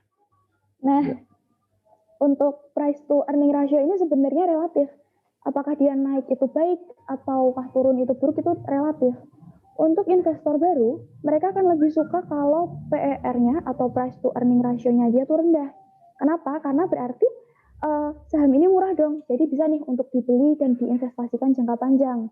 Nah, tapi untuk investor lama, PER yang rendah ini justru mereka nggak suka, karena mereka ingin harga saham selalu naik, biar mereka bisa menjualnya atau dapat income yang lebih besar, seperti itu. Jadi ini relatif. Lanjut ke earning yield, yaitu menunjukkan besar pengembalian saham dalam bentuk laba. Nah, rumusnya bisa dilihat dari slide. Lalu, ini perhitungannya 4 tahun. Sama seperti price to earning ratio, mereka cukup naik turun, walaupun lagi-lagi tidak terlalu signifikan, hanya 0,001. Tidak, kenaikannya ini juga karena dipengaruhi dengan harga sahamnya yang naik turun tadi. Kemudian selanjutnya adalah dividend yield, yaitu menunjukkan banyaknya penghasilan yang diperoleh dari tiap rupiah yang diinvestasikan. Nah, ini juga menarik bagi perusahaan, bagi investor, apalagi untuk investor jangka panjang, karena mereka selalu menunggu-nunggu dividen nih. Kalau dividennya selalu naik, itu kan akan menjadi pendapatannya mereka. Nah, ini rumusnya. Dividen tunai per saham dibagi dengan harga pasar per lembar saham. Kemudian ini dividen tunai per sahamnya, dan ini perhitungan untuk 4 tahunnya. Bisa dilihat persentasenya yang tabel kedua, yang paling bawah kanan, itu dari 1,2, 1,3, 1,6, dan 1,63. Ini cukup naik turun, walaupun di 2018 ini cukup banyak, 1,6. Ini artinya dividennya juga berubah, persentasenya naik turunnya. Nah, kalau dilihat dari tabel juga, ini disebabkan oleh harga saham. Lagi-lagi karena harga sahamnya berubah-ubah, jadi dividen yield-nya berubah. Padahal dividen tunai per sahamnya yang diberikan oleh perusahaan, dia tuh naik. 2016 19.000, kemudian 2017 22, dan seterusnya hingga 2019, yaitu 26.000. Nah, ini penjelasan dari tabel sebelumnya. Lanjut, ini rasio yang terakhir, yaitu price to book value. Nah, price to book value ini adalah nilai pasar saham dibandingkan dengan nilai bukunya. Ini menunjukkan seberapa mahal sih atau murahnya harga saham ini dibandingkan dengan harga saham perusahaan lain di industri yang sejenis. Jadi, intinya ini menunjukkan untuk Kalbe ini harga sahamnya tuh lebih murah nggak atau lebih mahal dari perusahaan yang lainnya di industri farmasi. Perhitungannya, ini rumusnya, bisa dilihat dan dibaca sendiri. Untuk hasil perhitungannya, 2016 ke 2019 mereka mengalami penurunan. Penurunannya dari 5 sampai ke 4,8. Tidak signifikan, tapi kalau dilihat dari 2016 langsung loncat ke 2019, lumayan ada satu digit. Nah, ini nilai buku sahamnya dibandingkan dengan nilai pasarnya, penurunan ini artinya baik, karena artinya nilai bukunya itu semakin tinggi dibandingkan nilai pasar, atau bisa dibilang nilai sahamnya semakin naik. Nah, ini berita yang baik untuk investor-investor dari perusahaan ini juga. Ini penjelasan dari tabelnya. Dan sepertinya seperti itu, Pak, dari kelompok kami. Ya, jika ada kurang-kurang, saya mohon maaf. Terima kasih. Terima kasih kelompok 3 dan ketuanya pasti Devita. Oke. Tadi saya sudah lihat semua penjelasannya. Untuk yang analisa ini saya sangat senang. Mungkin yang perlu ditambahkan adalah pertama, ini kan baru individunya si Kalbe ya. Kalau dilihat dari individunya Kalbe itu bagus semua ya. Artinya semua meningkat. Namun peningkatannya itu ada yang meningkatnya tinggi, ada yang meningkatnya rendah, sehingga pada saat dibagi menjadi penurunan.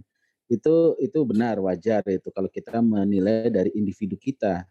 Tetapi saya belum melihat dari sisi, mungkin nanti ada waktu lagi kalian tambahkan di kelompok 3 untuk menambahkan dari sisi industrinya, atau minimal kita ambil dari pesaing kita misalnya Kimia Farma lah ya, yang sama-sama menguasai pangsa pasar. Nah, kalau tidak dapat industrinya, misalnya current rasionya industri nggak dapat, ya kita ambil aja contohnya current rasio yang Kimia Farma. Atau apa yang bisa kalian bandingkan? Jangan sampai kita hanya membandingkan diri kita sendiri, karena sesuatu itu kan harus kita bandingkan dengan orang lain. Bukan berarti kita membandingkan kelemahannya, tidak. Kita bisa memperbaiki apa yang perlu kita perbaiki untuk kedepannya. Itu hasil yang perlu kita sampaikan. Itu yang pertama. Jadi tolong carikan rasio dari industri itu sendiri, atau minimal cari satu pesaing yang bisa kita bandingkan, sehingga bisa kita katakan bahwa oke, kita punya pangsa pasar yang besar di satu sisi, tetapi kita masih kalah di mana, sehingga perlu adanya perbaikan di poin mana. Itu yang pertama. Yang kedua, yang perlu saya sampaikan arahan saya itu untuk tugas ini, untuk analisa ini udah bagus analisanya. Hanya saja tadi tambahkan dengan kata-kata misalnya mengalami kenaikan, trennya mengalami kenaikan, namun misalnya penyebutnya, kalau penyebut yang bawah kan, kalau 2/3, 2 itu sebagai pembilang, 3 itu penyebut. Nah, kalau seandainya kita bandingkan, kenapa kok sama-sama pembilang dan penyebut naik, tetapi hasilnya turun, gitu ya. Nah, itu bisa jadi si pembilang tadi naiknya cuma 3%, tapi penyebutnya, pembaginya itu naik 4%, sehingga secara akumulasi nilainya menjadi lebih kecil. Nah, mungkin ditambahkan seperti itu, ya, setiap analisa-analisa tadi ya. Itu tadi saya sudah lihat sudah bagus, cuman kegambarnya masih remang-remang ini, masih kurang gigit, ya, artinya tolong ditambahkan. Jadi itu poin nomor 2. Poin nomor 3 itu nanti tambahkan kesimpulannya, kesimpulan keseluruhan. Artinya kelompok 3 kan baru menganalisa komponen per komponen ya tadi itu ya. Tetapi in case secara keseluruhan sebagai seorang investor, saya mau tahu resumenya berapa, hasil kesimpulannya apa gitu loh, dan apa yang perlu diperbaiki. Nah, ini yang belum. Tadi baru menggambarkan satu persatu sudah bagus, dan ini perlu tambahan. Jadi tambahan 3 hal tadi ya kesimpulannya tadi. Yang pertama cari industrinya, yang kedua kenapa penurunannya itu trennya menurun, tetapi sebenarnya komponennya naik semua gitu loh. Nah, itu coba cari mana yang menyebabkan dia turun. Nah, seperti itu, naiknya di mana, besarnya naiknya siapa yang besar, penyebut apa pembilang. Nah, itu. Baru yang ketiga, kesimpulan keseluruhan. Jadi kelompok 3 sama seperti tadi, maksimal sudah 80 nilainya, tolong nanti diperbaiki dengan arahan-arahan saya tadi. Saya senang kalian sudah banyak informasi yang kalian dapatkan ya, dan saya harapkan minggu depan ini tugas kelasnya bikinkan dalam satu Word ya, satu Word tadi kan PowerPoint, dan gabungkan dengan nyebutin nama kelompok-kelompoknya. Jadi nggak usah bikin kelompok 1 membahas ini, enggak, langsung aja seperti contoh yang saya sampaikan sebelumnya ya, kemarin konstruksi ya, atau Garuda. Nah, contoh itulah diambil. Hanya perlu di make up, diperbaiki. Mungkin itu hasil kuliah kita hari ini. Sudah banyak yang kita bahas dan sudah banyak yang sudah saya sampaikan arahan-arahan saya. Ya, terima kasih adik-adikku semua. Ya, tolong diperbaiki agar lebih manis sehingga dapat nilai di atas 80. Ya, nanti pasti saya akan baca lagi hasil laporan finalnya. Ya, masih ada waktu sampai akhir sebelum UTS minggu ke-7 perbaikannya. Lebih cepat lebih baik kalian perbaiki ya. Oke, terima kasih adik-adikku semua, semangat belajar yang lebih baik. Bahan-bahan segera saya sampaikan berikutnya. Sampai ketemu minggu depan. Selamat pagi. Bye-bye. Terima kasih, Pak. Terima kasih, Pak. Pagi, Pak. Terima kasih. Pak. Terima kasih, Pak. Pagi. Ya, pagi saya puas dengan diskusi hari ini ya. Oh ya, saya sebelum ini kembali lagi saya minta kalian pakai gambarnya. Saya mau foto dulu. Tolong gak usah mandi juga nggak apa-apa. Ya, yang penting saya screenshot. Ayo semuanya. Ayo, masih ada yang belum nih. Oke, thank you.